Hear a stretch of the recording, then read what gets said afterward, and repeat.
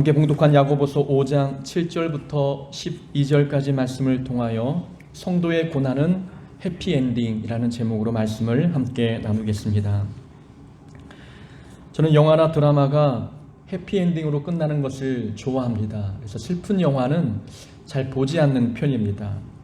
결말이 새드엔딩이면은 주인공이 겪었던 과정의 모든 어려움들은 무가치하고 무의미하게 되기 때문에 참 허무합니다.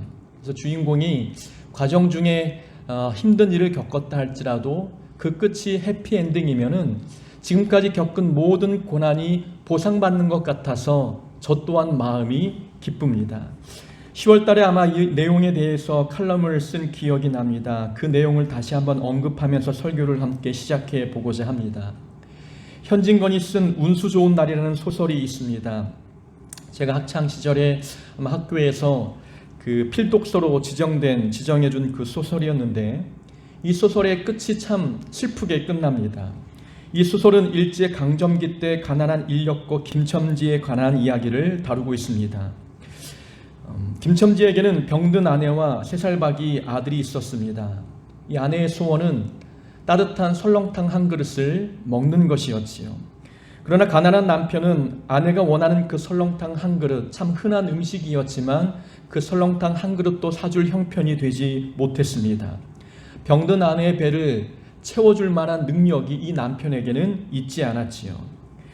그러다 어느 날 남편이 일하러 나가려고 하는데 아내가 오늘만큼은 일하러 나가지 말라고 붙잡습니다. 하루 먹고 하루 사는 형편에 오늘 일하지 아니하면 내일 하루 살지 못하는 상황 속에서 아내가 만류했음에도 불구하고 남편은 일하기 위해서 밖으로 나갔습니다. 운수 좋게도 그날따라 손님이 많았고 인력거는 많은 돈을 벌게 되었습니다. 이 돈이라면 아내가 원하는 설렁탕을 사줄 수 있겠다라는 생각이 드니 마음이 참 기뻤습니다. 늦은 저녁 시간까지 일을 한 김첨지는 많은 돈을 번 것이 너무나 기뻐서 친구들을 만나 술 한 잔 걸치고 늦지막한 시간대에 설렁탕 한 그릇을 사고 집으로 갔습니다. 집으로 가면서 이 남편의 마음은 조금 걱정이 되었습니다. 아침에 일하러 나가지 말라는 아내의 말이 마음에 걸렸고 또 일찍 돌아오라는 이 아내의 말이 이 마음에 남았습니다. 그래도 설렁탕 먹을 아내를 생각하니 마음은 흡족했습니다. 하지만 집에 도착해 보니 아내는 죽어 있었고 집안은 3살박이 아들이 엄마의 빈젖을 빠는 소리로 가득했습니다. 운수 좋은 날, 제목만 보면 해피엔딩 같지만 내용은 새드엔딩이었습니다. 저는 이 소설을 읽고 어린 나이에 참 많이 울었던 기억이 납니다. 설렁탕 한 그릇, 이 한 그릇이 아내가 죽었는데 무슨 의미가 있겠는가? 많은 돈을 벌었어도 사랑하는 아내를 잃은 상황에서 그 돈이 무슨 가치가 있겠는가라는 생각이 드는 것이지요. 사람들이 해피엔딩을 좋아하는 마음은 다 같을 것입니다. 끝이 좋아야 과정도 의미가 있기 때문이지요. 아무리 고난과 힘겨운 과정일지라도 끝이 좋으면 지나온 모든 과정은 이때를 위한 준비 과정이었기 때문에 모든 것이 의미가 있습니다. 우리의 인생도 그와 같습니다. 인생의 결말이 좋으면 지금까지 살았던 모든 역경들, 지금까지 거쳐온 모든 고난은 다 의미가 있습니다. 하나님께서 지금 이때를 위하여 지금까지 모든 힘든 과정을 거치게 하셨구나라는 생각이 드니 끝이 좋으면 모든 것이 용납이 되고 또 이해가 되고 마음이 기쁩니다. 그래서 영화나 드라마도 해피엔딩이 즐겁지만 인생도 해피엔딩으로 끝이 나면 우리의 삶이 얼마나 행복하고 즐거울까라는 생각을 해보게 됩니다. 감사하게도 성경은 믿는 성도들의 인생의 결과가 해피엔딩이 될 것을 약속해 주고 있습니다. 이 땅에서 믿음으로 인해 고난과 핍박을 당해도 주님 오시는 날이면 모든 것이 역전이 됩니다. 오늘 본문이 바로 그것을 말씀해 주고 있습니다. 우리가 지난 시간에 보았던 오늘 함께 봉독했던 본문 앞의 내용을 보면은 그런 내용이 있었지요. 그 본문에 오늘 본문 앞에 나온 내용들은 부한자에게 주는 경고의 말씀이었습니다. 부자들은 가난한 일꾼들에게 줘야 할 품삯을 가로챘지요. 임금을 받지 못했던 그 가난한 자들은 생활고 때문에 죽음을 맞이하기도 했습니다. 그런 어려운 상황을 맞이했지만 의인들은 악인들의 횡포에 대항하지 않았습니다. 이유는 만군의 하나님이 모든 것을 듣고 알고 계시기 때문에 그렇습니다. 하나님이 모든 것을 아시는 분이다라는 믿음이 있기 때문에 악인들의 횡포에 대항하지 않았습니다. 그런 내용들을 언급하고 난 뒤에 오늘 본문 7절에 보니까 그러므로 형제들아 주께서 강림하시기까지 길이 참으라 라고 말씀합니다. 그러므로라는 단어를 보면은 앞에 본문과 연결이 되고 있다는 것을 우리가 알 수 있지 않겠습니까? 악인들이 너희들에게 고통을 가하고 핍박을 가해도 참으라는 겁니다. 왜 참으라는 겁니까? 주님이 강림하시기 때문에 그렇다. 주님이 곧 오실 것이기 때문에 길이 참으라 말씀합니다. 주님이 오시면 모든 것이 역전이 됩니다. 포로된 자가 자유케 되고 눈먼 자는 보게 되고 눌린 자는 자유롭게 됩니다. 억울하게 핍박당했던 자들은 하나님 나라에서 상급을 얻게 될 것이고 핍박한 자들에게는 하나님의 무서운 심판이 있게 됩니다. 이 땅에서 주님 오시기 전에는 우리가 패배자 같고 많은 고난과 고통을 맛보는 그런 루저와 같은 인생을 사는 것 같지만 주님이 오시면 이 모든 것이 뒤바뀝니다. 주님이 강림하시는 날 우리는 승리자가 될 것이고 우리를 핍박하는 자는 패배자가 될 것을 말씀하고 있습니다. 성도의 삶은 주님 오시는 그때가 바로 해피엔딩입니다. 그러니 길이 참으라 라고 우리에게 말씀해 주고 있습니다. 우리 인생이 해피엔딩이라는 것을 알면 우리는 지금 겪고 있는 고난 충분히 견딜 수 있습니다. 의미 있는 고난이기 때문에 그렇습니다.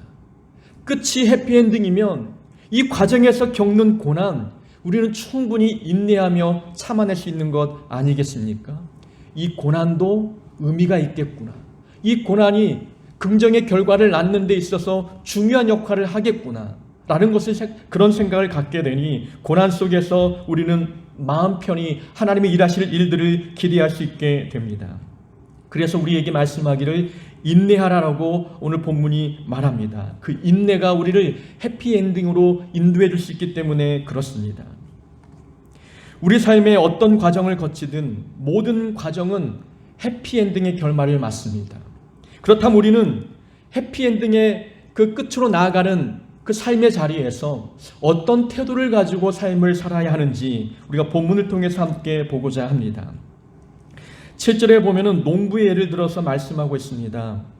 농부가 땅에서 나는 귀한 열매를 바라고 길이 참아 이른 비와 늦은 비를 기다리나니. 자, 농부는 열매를 얻기 위해서 수고하고 애씁니다. 씨를 뿌리고 거름을 주며 부지런히 일하지요. 그러나 농부가 할 수 없는 일이 있습니다. 씨를 뿌리고 물을 주고 거름을 주는 일까지 하겠지만 농부가 할 수 없는 일이 무엇입니까? 하늘에 비를 내리는 것, 이거 농부가 할 수 있는 일이 아닙니다. 늦은 비와 이른 비를 기다릴 수밖에 없어요. 하나님이 비를 주실 때까지 기다리는 역할만 하는 것이 농부의 모습이라는 것입니다. 여기서 말하는 늦은 비는 봄에 내리는 비이고 이른 비는 가을에 내리는 비입니다. 이 비가 내려야 열매를 얻을 수 있습니다. 1년의 시간을 기다려야 된다는 것입니다. 농부가 아무리 힘을 쓰고 열심을 다해도 열매를 거두는 시기를 단축할 수 없습니다. 열매를 맺기까지 그 결과를 앞당길 수 없다는 것입니다. 열매 맺는 시기는 하나님이 정하시는 것이죠. 늦은 비와 이른 비를 내리게 하시고 그 1년의 과정의 모든 수고와 땀을 견디어내어야만 그 결과를 얻을 수 있습니다. 그러니까 농부의 마음은 조급하지 않습니다. 1년의 시간 동안 최선을 다하고 하나님이 주시는 은혜의 비를 맞아야 열매를 얻는 것 아닙니까? 지금은 땀 흘리고 고난과 고통의 시기여도 반드시 열매가 맺을 것을 알고 있는 농부들은 조급해하지 않습니다. 마음이 평안한 거죠. 그러니까 모든 수고가 열매로 바뀔 것을 아는 사람들은 마음이 평안합니다. 이것이 믿음의 성도들이 보여주어야 할 삶의 태도입니다. 고난 앞에서 평안한 것, 두려워하지 않는 것, 걱정하지 않는 것, 이것이 바로 인생의 끝이 해피엔딩이 될 것을 믿는 성도의 모습입니다. 우리는 고난을 당할 때가 많습니다. 근데 아무리 능력이 있고 부와 명예를 갖고 있는 사람이라 할지라도 우리가 삶에서 만나는 고난의 시기를 앞당길 수 없어요. 이 고난을 피해가고 싶어도 피할 수 없는 것, 그것이 인생에서 만나는 고난입니다. 하지만 하나님께서 때를 따라 은혜의 비를 내려주시고 고난을 견딜 수 있는 힘을 공급해 주시면 언젠가는 고난은 다 지나가고 그 고난을 견뎌낸 성도들의 믿음은 더욱더 견고해져 있습니다. 이 고난을 통해서 믿음의 열매를 맺게 되는 거죠. 그 인생의 결말, 이 고난 끝에 우리에게 주어지는 성령의 열매를 볼 수 있는 자들은 고난 앞에서도 충분히 마음이 평안할 수 있는 것입니다. 저는 축구 중계를 자주 보는 편입니다. 프로축구, 국가대표 축구 경기 다 보지만 최근에는 이제 ACL 경기라고 해서 아시아 챔피언스 리그라는 경기가 벌어지고 있습니다. 이게 무슨 축구 경기인지 모르시겠지요.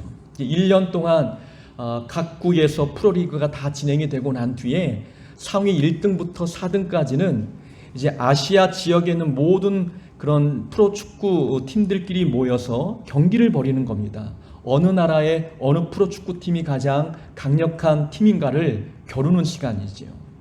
근데 수원팀과 일본의 요코하마 팀이 좀 며칠 전에 붙었습니다. 한국을 응원하는데 전반전 내내 밀리는 겁니다. 아니, 한국 프로축구, 그것도 한국의 명문팀이라고 하는 수원이 요코하마 팀에 이렇게 밀리는가? 전반전 내내 공격 기회를 한 번도 갖지 못하는 거예요. 결국에 한 골을 먹고 1대0으로 전반전이 끝났습니다. 너무 화가 나고 속상한 거예요. TV를 꺼버렸습니다. 다음날 기사를 보니까 수원팀이 3대2로 이긴 거예요.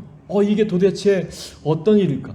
전반전 경기만 보더라도 이건 100% 질 수밖에 없는 경기력인데 어떻게 이겼을까? 다음날 또 TV를 돌려보니까 재방송 방영을 하는 거예요.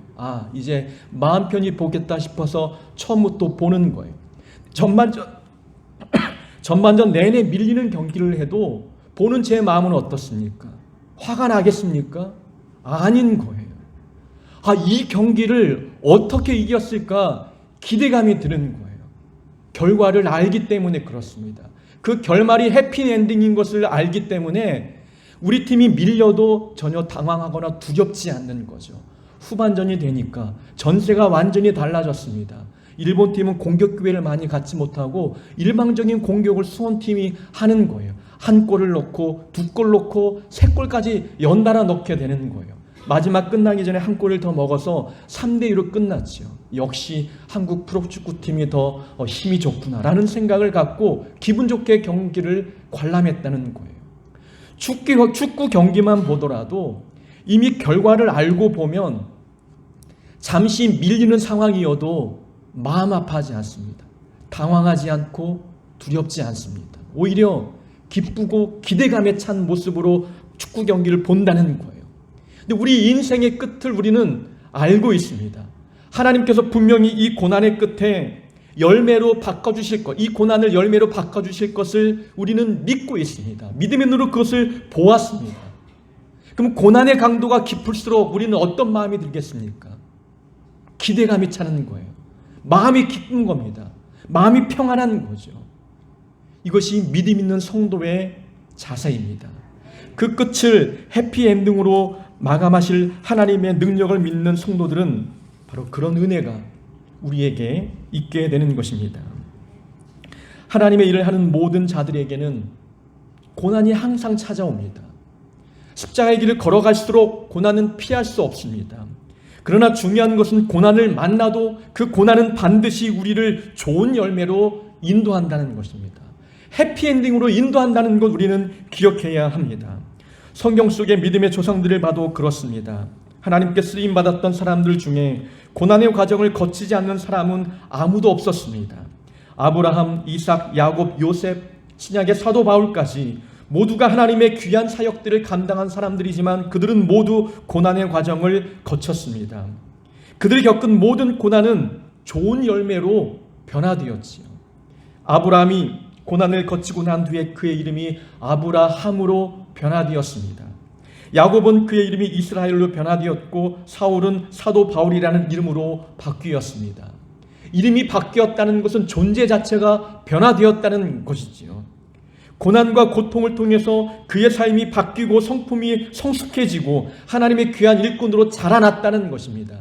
인생이 해피엔딩으로 끝났기 때문에 그 삶에 걸맞는 이름을 하나님께서 그들에게 주신 겁니다. 모든 사람들이 고난을 겪었지만 그 고난을 통해서 성령의 열매를 소유한 성품의 사람으로 변화되었습니다. 우리는 고난을 만나면 고난을 피하려 하기보다도 이 고난을 통해 열매를 맺으려고 노력해야 합니다. 고난의 끝은 열매라고 하는 해피엔딩입니다. 우리는 그래서 고난을 만날 때 조급해하지 말고 믿음의 기대감을 품고 하나님이 이 모든 상황을 어떻게 바꾸실지 기대하면서 우리는 마음 평안히 이 고난을 이겨낼 수 있는 자들이 되어야 합니다. 9절에서 이렇게 말씀합니다. 형제들아 서로 원망하지 말라. 그리하여야 심판을 면하리라. 보라 심판주가 문 밖에 서 계시니라 라고 말씀합니다. 심판주가 문 밖에 서 계십니다. 자, 예수님이 문 밖에 서 계시다는 것을 우리가 상상해 보면 그림을 그릴 수 있지 않겠습니까? 그러니까 주님이 문 밖에 서서 기다리고 있어요. 그러면 문 안에서 벌어지는 모든 상황들을 듣고 있다는 겁니다. 이 문 안에서 많은 사람들이 핍박을 당하고 억울한 일을 겪고 상처받습니다. 주님이 그것을 모두 다 듣고 있다는 거예요. 그 주님이 문만 열고 들어오시면 이 모든 상황이 뒤바뀐다는 거예요. 상처받는 자가 위로받고 억울한 일 당한 자들이 승리자가 된다는 것을 우리에게 말씀해 주고 있다는 것입니다. 주님이 심판주 되신 주님이 지금 문 밖에 서 계시니 서로 원망하지 말라라고 말합니다. 입술로 범죄하지 말라는 거예요. 억울한 일을 당할 때, 핍박 당할 때 입술로 사람을 원망하지 말라고 우리에게 말씀해 줍니다. 주님이 곧 들어오시기 때문에 그렇습니다. 주님은 모든 것을 알고 계시기 때문에 그렇습니다. 사람을 원망한다고 내 억울한 일, 내가 당한 핍박 바꿀 수 없습니다. 사람의 힘을 가지고는 우리가 당하는 고난을 역전시킬 수가 없다는 거예요. 우리는 그러니까 힘으로 안 되니까 입으로 원망하고 불평하고 입술로 범죄하는 일들이 있게 됩니다. 주님이 모든 것을 알고 계시니 입술로 죄를 범하지 말라고 우리에게 말씀하고 있습니다. 홍해바다 앞에 서 있던 백성들은 길이 보이지 않자 하나님께 원망했습니다. 바다가 갈라질 것을 이 이스라엘 백성들은 조금도 기대하지 못했지요. 저라도 그 무리에 속해 있었다면 바다가 갈라진다는 것은 이거는 상상도 못했을 일입니다. 우리는 결과를 알고 있기 때문에 홍해바다 앞에서 하나님께 불평하고 모세에게 원망했던 이스라엘 자손들을 왜 그럴까라고 생각하겠지만 우리도 똑같은 존재들입니다. 삶을 살아가다가 인생의 벽에 부딪힐 때가 있어요. 아무리 이쪽 저쪽을 돌아보아도 길이 보이지 않습니다. 해결 방법이 눈에 보이지 않아요. 우린 그럴 때마다 불평, 원망합니다. 이 길로 내몬 어떤 누군가를 정해놓고 그에게 모든 원망을 쏟아낼 때가 있다는 거죠. 입술로 범죄할 때가 많다는 겁니다. 하나님의 능력을 모르기 때문에 그래요. 하나님은 홍해바다를 가르치는 분이십니다. 그런 하나님의 전능하심을 모르기 때문에 홍해바다 앞에서 원망했습니다. 조금 더 달라지지 않는 그들의 모습을 우리에게 보여주고 있다는 거죠. 우리도 그와 같습니다. 인생의 결말이 해피엔딩인 것을 믿지 못하면 우리도 이스라엘 자손들처럼 사람을 원망하기 시작하는 겁니다. 입에서 불평하기 시작하는 거예요. 입술로 죄를 범하는 일들을 반복하게 된다는 겁니다. 다윗의 삶을 보면 배울 점이 참 많습니다. 다윗은 이유 없이 사울 왕에게 핍박을 당했습니다. 사울 왕의 시기 질투가 원인이 되어 고난을 당했지요. 블레셋 땅으로 도망갔을 때에는 다윗이 미친 척 연기를 해서 위기를 모면했고 광야에서 낮의 더위와 밤의 추위를 견뎌야 했습니다. 당하지 않아도 될 고난이지만 사울 때문에 당하고 있습니다.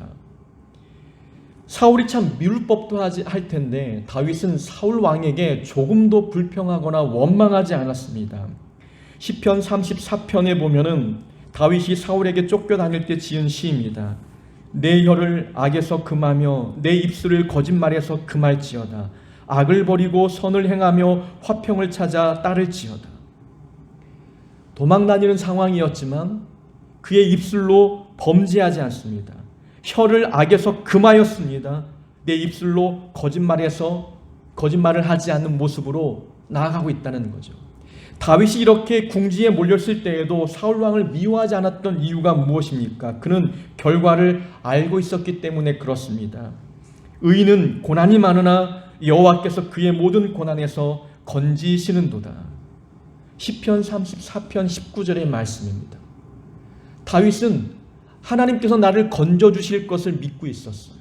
사망의 음침한 골짜기를 가도 하나님이 나를 도와주실 것을 분명히 믿고 있었습니다. 내 고난의 끝은 해피엔딩일 것을 다윗은 알고 있었기 때문에 입술로 함부로 범죄하지 않았습니다.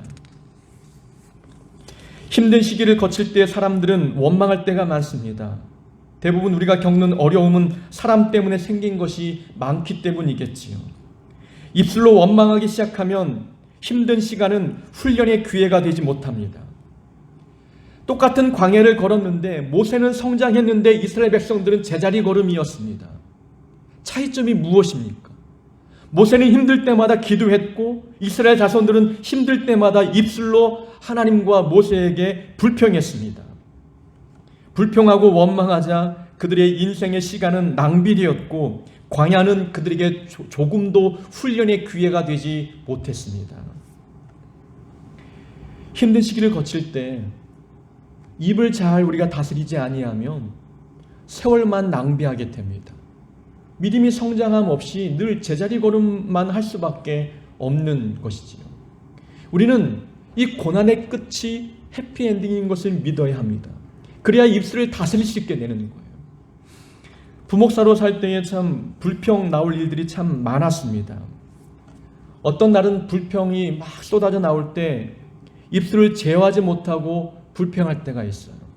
기도할 때에도 이게 은혜로운 기도가 나와야 되는데 험한 기도가 나오는 겁니다. 하나님, 저분의 입술을 좀 꼬매 주십시오. 이런 기도가 나오는 거예요.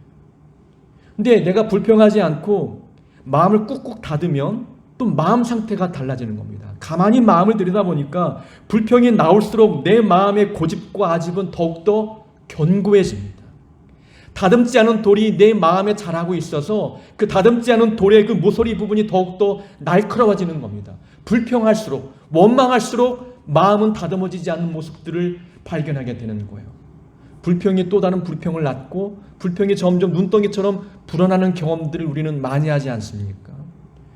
근데 불평의 상황에서도 입을 닫고 오래 참으면 마음의 훈련이 일어나는 겁니다. 다듬지 않은 돌들이 다듬어지기 시작하면서 마음의 고집과 아집이 깎여져 나가는 것들을 경험하는 거예요. 힘들수록 입을 닫아야겠구나. 입을 닫으면 마음이 성장하는구나. 불평이 줄면 마음의 감사가 늘고 원망이 줄면 마음속에 하나님 주님 닮아가는 성품으로 변화되는구나 라는 것을 경험하게 됩니다. 주님은 우리의 모든 상황을 알고 계십니다. 문 밖에서 다 듣고 계십니다. 이제 곧 주님이 들어오실 날만 기다리면 되는 거예요. 주님이 들어오시면 모든 것이 역전이 됩니다. 입을 닫고 입을 잘 다스려서 하나님께 영광이 되는 삶을 살아가야 되는 줄로 믿습니다. 11절에 보면 욥의 인내를 언급하고 있습니다. 욥은 고난당할 때 입술로 죄를 범하지 않았지요. 욥이 이렇게 고백했습니다. 우리가 하나님께 복을 받았은즉 화도 받지 아니하겠느냐 하고 이 모든 일에 욥이 입술로 범죄하지 아니하니라 라고 욥기 2장 10절에 말씀하고 있습니다. 반면 욥의 아내는 욥에게 이렇게 말했습니다. 하나님을 욕하고 죽으라. 욥이 고난을 당하는데 욥은 입술로 범죄하지 않았습니다. 근데 주변에서 보는 사람들이 더 입술로 범죄하고 있지요. 욥이 이렇게 입술로 범죄하지 않았던 이유가 있습니다. 그도 결과를 믿고 있었기 때문에 그렇습니다. 그가 나를 단련하신 후에는 내가 순금과 같이 되어 나오리라. 이 모든 과정을 겪고 난 뒤에 내가 견고한 믿음을 소유한 성숙한 사람이 될 것을 욥은 믿고 있었습니다. 하나님이 분명히 내 삶을 통하여 일하실 것이고 하나님이 일하신다면 그 끝의 결과는 해피엔딩 될 것을 믿고 있는 거예요. 그런 입술로 범죄하지 않는 욥이 되었습니다. 그 끝을 긍정하는 사람은 입술을 잘 다스리게 됩니다. 우리 공서복교 모든 성도님들은 아무리 힘들고 어려워도 사람을 원망하거나 입술로 죄를 범하지 않는 그런 자가 될 수 있기를 주의 이름으로 축원합니다. 12절에 보면은 말씀합니다. 하늘로나 땅으로나 아무 다른 곳으로도 맹세하지 말고 오직 너희가 그렇다고 생각하는 것은 그렇다 하고 아니라고 생각하는 것은 아니라고 말하라.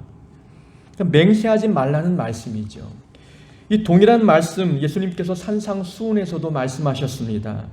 또 옛사람에게 말한 바 헛 맹세를 하지 말고 내 맹세한 것을 주께 지키라 하였다는 것을 너희가 들었으나 나는 너희에게 이르노니 도무지 맹세하지 말지니 하늘로도 하지 말라 이는 하늘의 보좌이며 하나님의 보좌이며 땅으로도 하지 말라 이는 하나님의 발등상이며 예루살렘으로도 하지 말라 이는 큰 임금의 성이며 내 머리로도 하지 말라 이는 내가 한 터럭도 희고 검게 할 수 없음이라.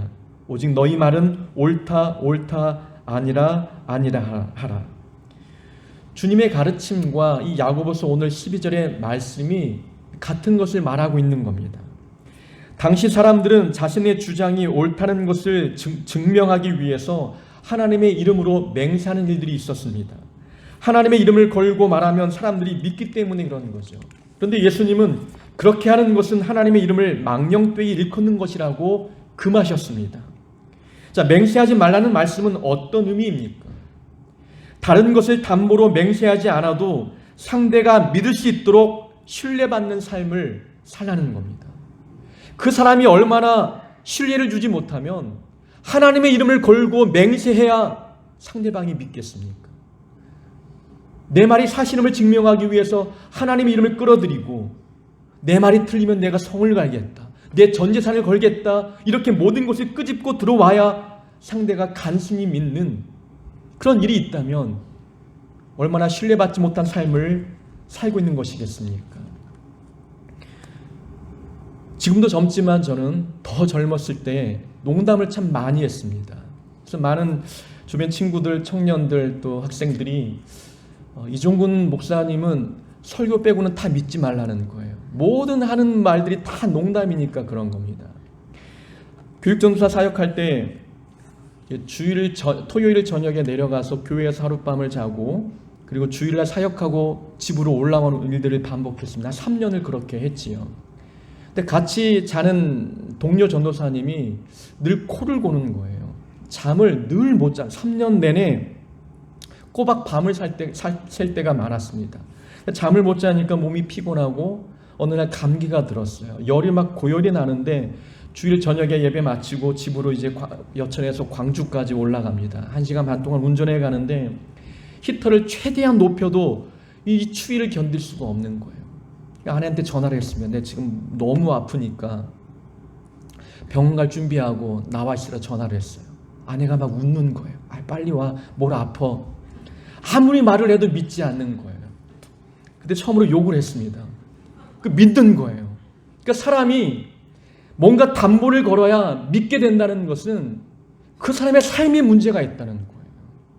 얼마나 신뢰하지 못하면 아파 죽겠다는데 그걸 안 믿는 거예요. 전도사가 욕을 해야 그 상황이 심각한 걸 그때서야 감지한다는 거죠. 그러니까 맹세하지 말라, 함부로 맹세하지 말라는 말씀은 신뢰받는 삶을 살라는 겁니다. 그 믿는 자들이 신뢰받는 삶을 살기 위해서는 어떻게 해야 합니까? 세상 사람들이 우리의 모습을 보고 신뢰하기 위해서 누구를 신뢰하겠습니까? 고난을 만날 때 흔들림이 없는 사람들, 하나님 살아계심을 믿고 믿음을 붙들면서 고난 속에서 흔들리지 않는 사람들, 그런 사람들을 신뢰하는 거예요. 오늘 말씀은 우리에게 교훈해주고 있는 겁니다. 어떤 고난이 닥쳐도 하나님이 해피엔딩으로 끝나게 하실 것이니 흔들림이 없이 신뢰를 주는 삶을 살라고 우리에게 말씀하고 있습니다. 아무리 힘들어도 아무리 어려워도 누군가에게 신뢰를 주는 그런 삶을 살아가는 자가 되어야 될 줄로 믿습니다. 우리의 모든 인생은 해피엔딩이 됩니다. 고난이 아무리 크고 오래 진행되어도 그 결과는 반드시 해피엔딩으로 끝날 것입니다. 혹시 고난에 처해 앞날이 불안하고 두렵습니까? 여러분, 염려하지 마십시오. 하나님은 우리를 위해서 일하실 것이고 반드시 우리가 기도하고 기대했던 것대로 그 끝이 해피엔드로 끝날 것입니다. 고난의 결과가 긍정적인 것을 믿는 사람들은 항상 마음이 평안합니다. 입술로 죄를 범하지 않습니다. 신뢰받는 삶을 살게 되어 있습니다. 우리 공서북교회 모든 성도님들은 그런 삶을 살아가는 복된 인생 되기를 주의 이름으로 축원합니다.